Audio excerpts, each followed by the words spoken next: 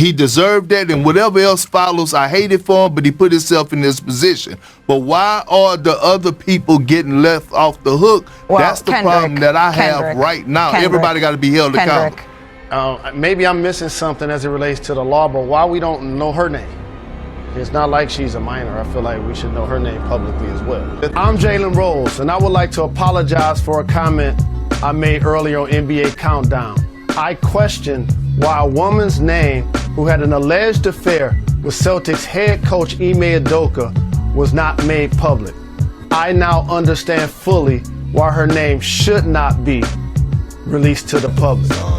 Now back to our NBA coach.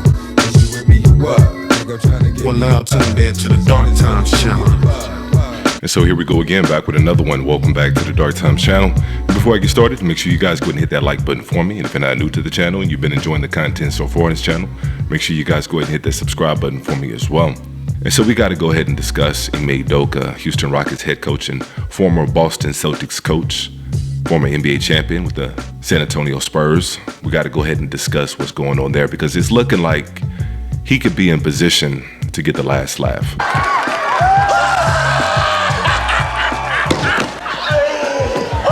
Because back in 2022, right before the NBA tip-off, right before the start of the season, the Boston Celtics did something that no other sports team has ever done before, which is fire a head coach that got you to a finals appearance in his first year because of a workplace romance.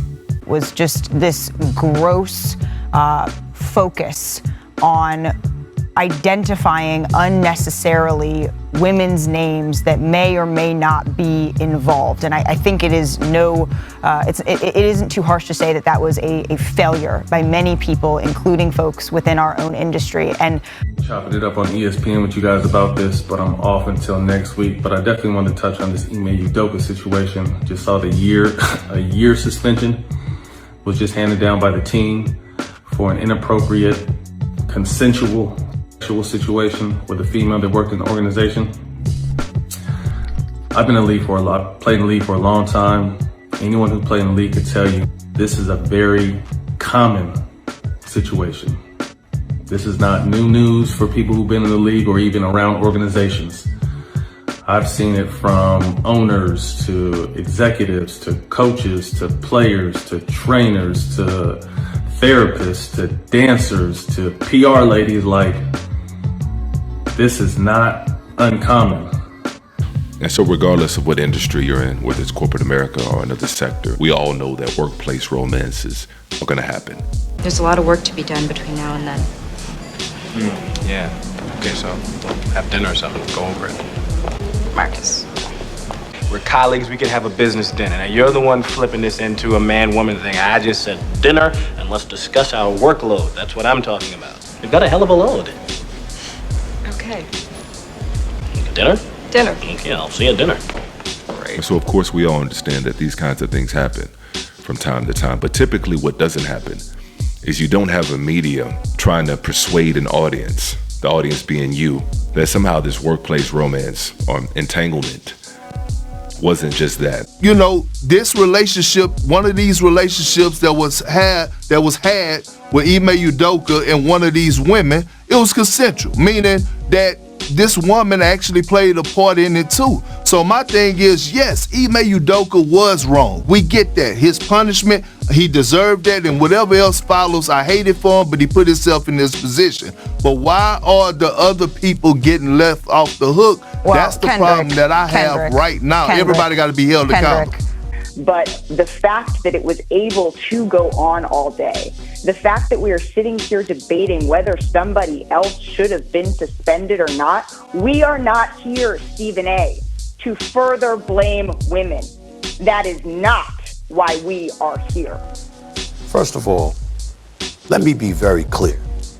I don't appreciate where you're going with that. I'm not blaming anybody but Ime Udoka. He deserves, the fact of the matter is, I've said he deserved to be fired if they were going to fire him.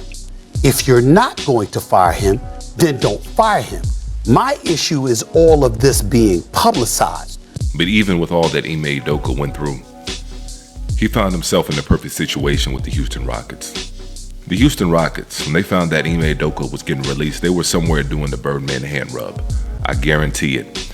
Because it's not often that a coach like Ime Udoka, a coach that's young, that's been a champion in the NBA, that has the resume that he has, that has the pedigree that he has, being under Greg Popovich, fresh off a finals appearance, becomes available. And so the Houston Rockets swept in and they haven't looked back since. His first year last year with the Houston Rockets, he doubled the win total in one season.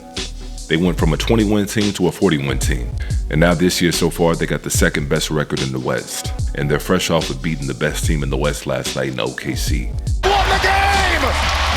They beat the Oklahoma City Thunder 119, 116 in this matchup between number 1 versus number 2 in the West. Ime Udoka has done a great job of teaching them how to play like a team. You know, last year was, Jalen and whoever. Now they're moving the ball. Everybody's getting their fair amount of shots, and they're playing very well. Has given them stability.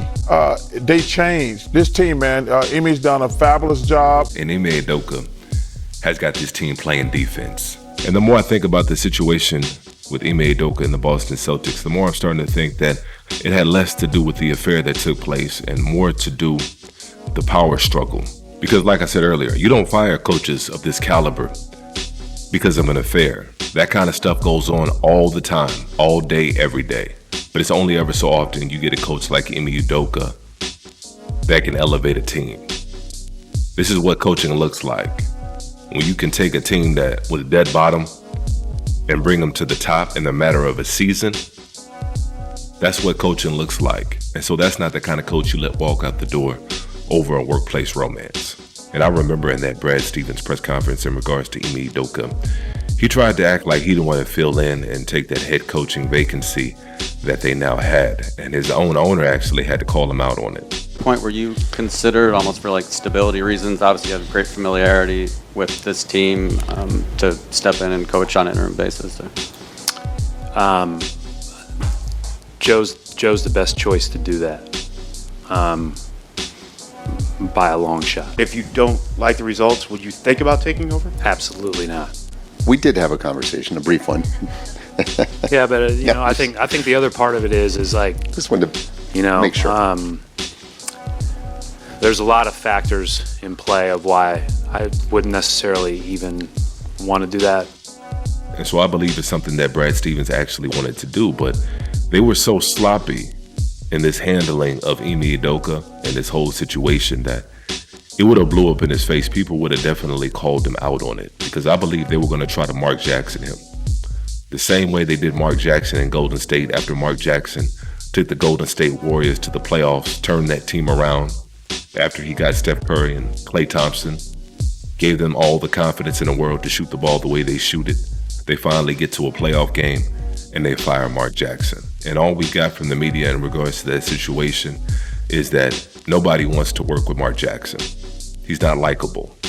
But yet, all the players you talk to, all the former players you talk to, the current players you talk to, everybody seems to like him. And so it's interesting. But regardless, it looks like it's worked out for Ime Udoka. He's got the Houston Rockets in second place in the West, and they're challenging for that number 1 spot. And he's in a great situation. And he's got everybody on that team bought into exactly what he wants to do in his coaching philosophy. And so I think that's going to be a wrap on this particular video. Make sure you guys go ahead and hit that like button before you leave. And if you haven't done so already, make sure you guys go ahead and hit that subscribe button for me as well. And as usual, peace, chaos.